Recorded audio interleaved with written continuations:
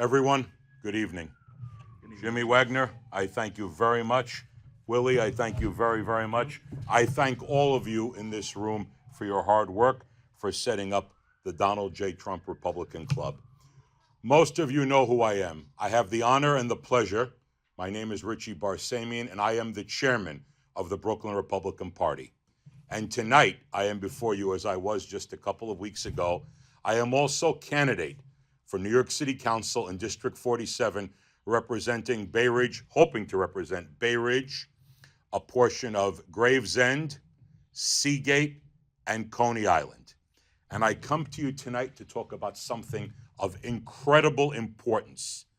We must never be derailed from our mission. We must never allow one-party supermajority rule to try to dissuade us from our rights. And you know what the ultimate right is? The right of justice for the individual, the right for us to be unified. Do not fall victim to the propaganda of Democrats and Republicans and conservatives and independents.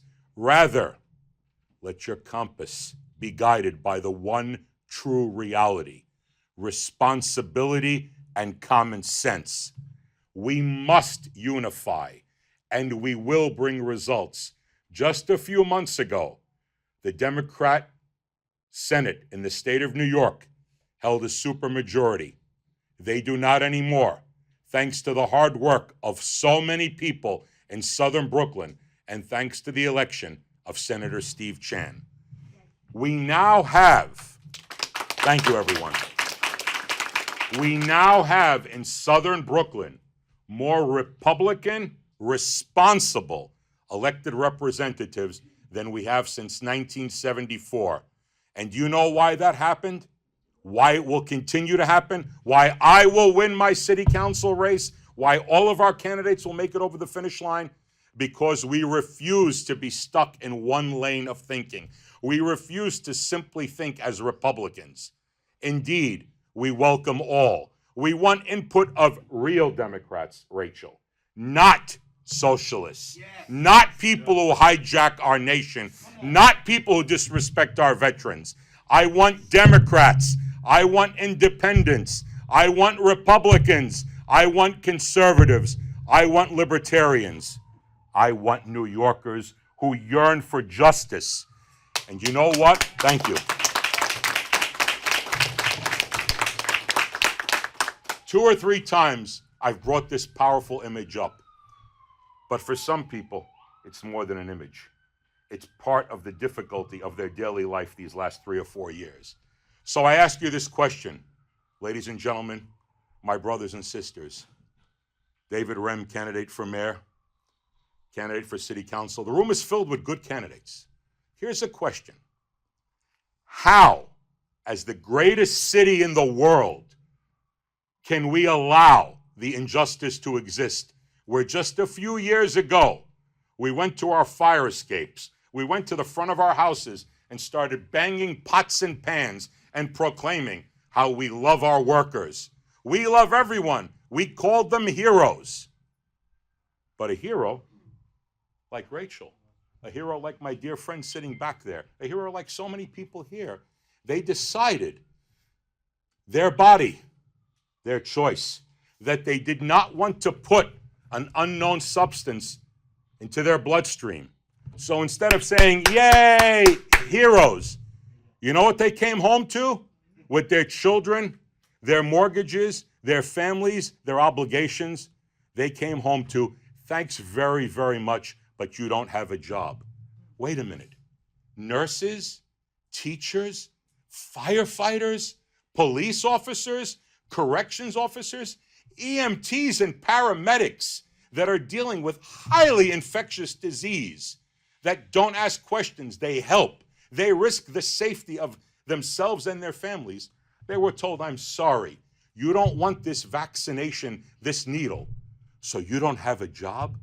Ladies and gentlemen, this is the city that found billions of dollars to put people in $500 a night hotel rooms. This is the city that found billions of dollars to suddenly create emergency shelter on demand, but yet we turned our back on school teachers.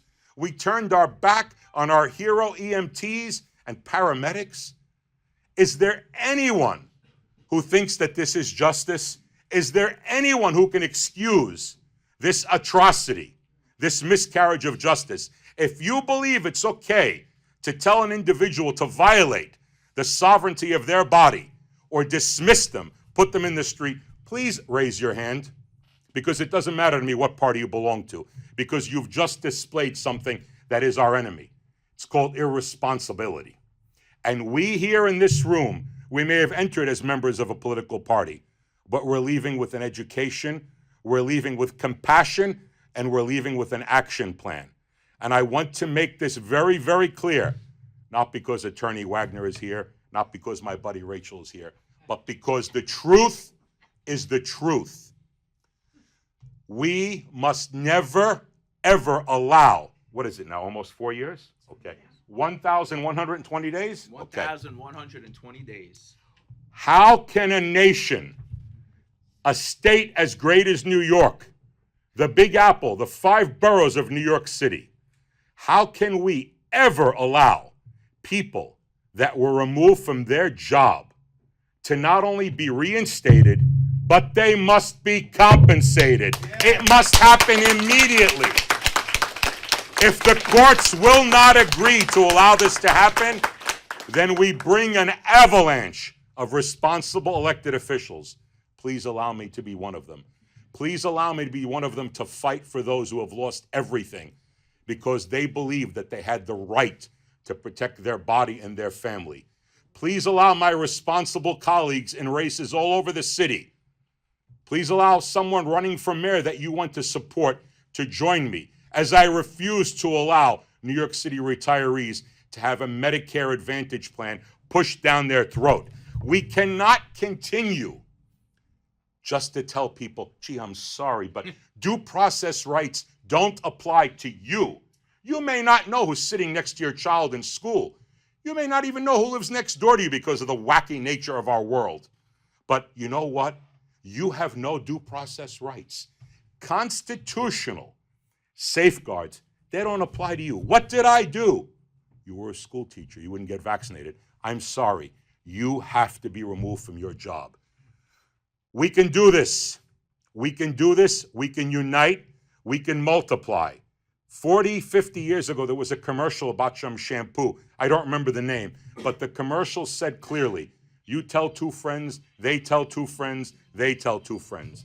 We have the power of multiplication and common sense. Remember, several decades ago, they told us Giuliani would never be mayor. They told us Bloomberg would never be mayor. People like to tell us, Liam, how many times in every election do we hear no, no, no, no? But you know what we say? We say yes, because we will fight. And I will hold the hand of a Democrat. I will hold the hand of a libertarian. This is what I ask in return. Don't be focused on the party. Be focused on what the message is. Be focused on unity. And remember, the threat to democracy is one-party rule. The threat to the people and their safety and what we believe in is a desire to divide us, because with division comes the ability to conquer. And I leave you with words that I learned as a very young man in school. Every year we gather and we celebrate what should be civil rights for everyone. We're taught of the heroes who sacrificed their safety, their well-being, because they saw what has to be done, and they went out and they did it. And I bring to you the greatest words that you can imagine that are now part of U.S. history. And they come from 1963, from Dr. Martin Luther King Jr. And when I finish speaking in a moment, I want you to play these words again and again in your mind, and don't let anyone take their importance away from you. Injustice anywhere is a threat to justice everywhere. Injustice anywhere is a threat to justice everywhere. If I turn my back as a New Yorker, if I turn my back as a city council candidate on the plight of those people who didn't take the vaccination. Do you know who's next, ladies and gentlemen? You're next, and then you're next, and then he's next. We must protect our future. We must protect our rights. We must protect who we are as New Yorkers. Do not remove anyone from the conversation. Let us be strong. Let us be united. And I am very proud to say these words, and I'll fight anyone over these words. God bless America, and God bless the state of New York. Thank you so much, everyone.